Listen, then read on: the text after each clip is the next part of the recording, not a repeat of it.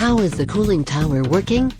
Water in cooling towers is cooling by evaporation of water in the stream of atmospheric air, the heat transfer by contact with air.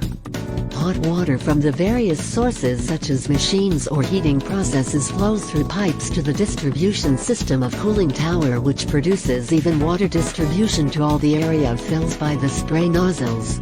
On the fills, the water film is formed from the surface of which evaporation of the water and encounter airflow. Then larger the surface area of the fills, the more intensive is the evaporation of water, and the more efficient is cooling tower.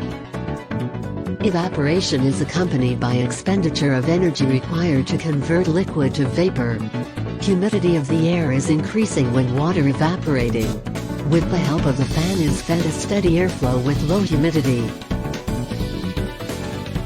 The air passes through the fills, saturated with water vapor.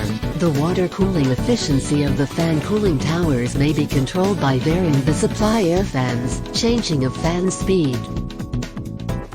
As theoretically ideal, loss on work to convert the water to steam. The limit of the cooling water in the cooling tower is the temperature of the outside air wet bulb temperature. In practice, the limit of cooling is the temperature of the humid thermometer of +3 degrees Celsius.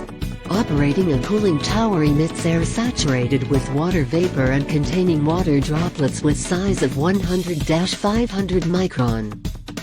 To prevent entrainment of water droplets above the water distribution system is installed a drift eliminator. Cooling water moves down and flows into a catchment tank, and then the pump is supplied to the technology.